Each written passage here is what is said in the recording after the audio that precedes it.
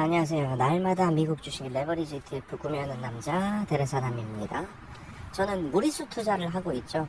레버리지 ETF를 구매한다고 무리수가 아니라 무지성으로 무식하게 리밸런싱해서 예수금 30%를 만들어 놓고 수량을 늘려가는 데만 집중을 한다. 현재는 저는 저의 이 돈 그릇에 맞게끔 QLD만 모아가고 있고요. 그래서 날마다 QLD를 무지성으로 정말로 무식하게 $80씩 구매를 하고 있습니다. 자, 제 계좌를 보시면은 2억 6천만 원으로 다시 복구가 됐네요. 얼마 전까지 3억 2천만 원이던 계좌 자체가 거의 아주 폭락을 맞으면서 한 8천만 원 가까이 떨어져가지고 2,400만 원, 2억 4천만 원, 2억 3천만 원 이렇게 떨어졌던 계좌가 다시 2억 6천만 원까지 복구가 되었다. 2억 6천이 아니에요, 사실. 지금 보시면 제 쏙쓸 수량이 또 줄어들었습니다. 376주로 줄어들었죠. 이 말이 뭐냐? 저는 이 무리수 투자에서 리밸런싱을 하고 있다. 리밸런싱을 통해서 현금, 비중, 예수금 30%를 만들기 위해 가지고 분할 매도를 하는 과정에서 폭락이 왔기 때문에 다시 올라가게 됐을 때 그 30%를 맞추기 위해 가지고 분할 매도 과정을 계속해서 진행을 하고 있다. 이렇게 보시면 될 것 같아요. 그래서 실제로는 한 2억 8천만 원 정도가 지금 복구가 되었다라고 보시면 되겠습니다. 예수금 비중이 늘어났으니까요. 그래서 이번 분할 매도도 끝났고요. 이 무리수 투자에서 또 계속해서 저는 QLD의 수량을 모아가는 것에만 집중을 할 예정입니다. 자, 제가 뭘 했나요? 이렇게 앞으로 어떻게 될 거니까 이제는 우리가 어떻게 해야 된다 이런 예측을 했나요? 우리가 이렇게 시장을 예측하는 거는 정말로 말도 안 되는 얘기다. 그거를 이번에 확 떨어졌다가 지금 또 이렇게 오르는 거를 보면서 아마 여러분들은 느끼셔야 돼요. 예를 들어서 쏙슬 같은 경우에는요, 정말로 하루에 30% 떨어지는 거 경험해 보셨죠, 지난주.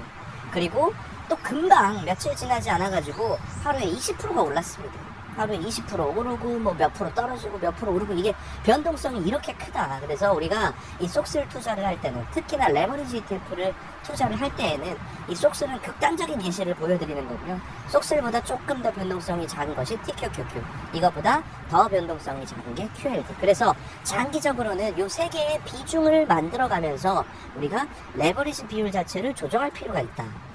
그래서 제 계좌에서의 레버리지 비율을 나중에는 거의 다 쏙슬과 TQ가 없어지고 QLD로만 채워지는 그런 상황을 저는 생각을 하고 있다. 그래서 그런 측면에서 봤을 때 지금 저는 QLD를 모아가는 거고요.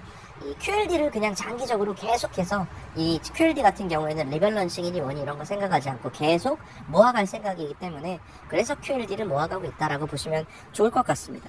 그럼 SCHD는 뭐냐? SCHD는 제가 주식 투자 처음 시작할 때 이 배당 성장주라고 해가지고 SCHD가 굉장히 유행을 했었어요. 그래서 그때 그냥 사놓고 가만히 있는 겁니다.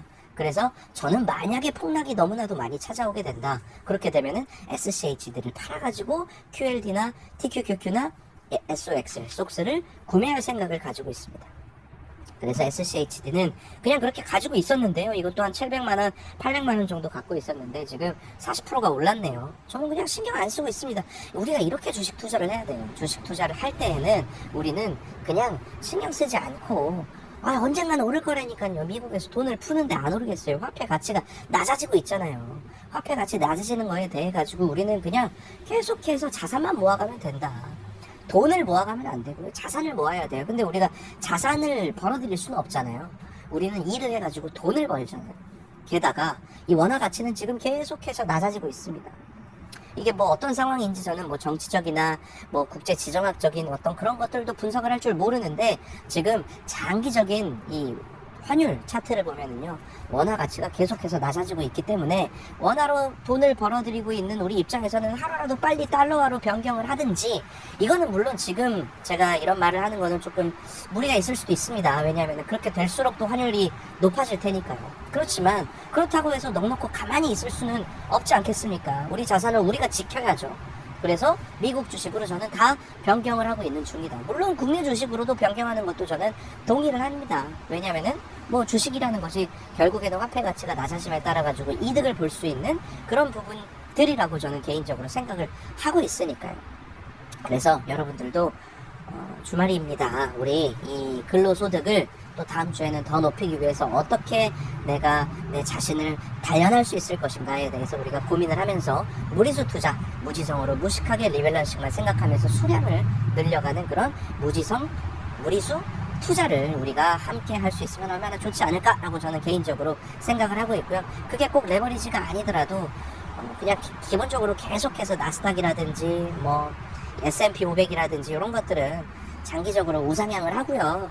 그런 측면에서 봤을 때는 계속 모아가도 좋지 않을까라고 생각을 하고 있습니다. 뭐 금융위기라든지 뭐 리만 브라더스 사태 그리고 뭐 코로나라든지 뭐 이런 것들이 언제도 올 수 있지만 지금 다 극복했잖아요. 다 극복하고 지금 계속 높아지고 있잖아요. 그러니까 우리가 해야 되는 거는 언제 이런 게 올지 모르니까 조심해야 돼. 물론 뭐 조심해야 되는데 그걸 어떡하겠어요. 그거를 조심하는 게 아니라 그냥 계속해서 우리는 자산을 모아가는 전략을 생각하면 된다. 이렇게 말씀을 드릴 수가 있겠습니다. 감사합니다.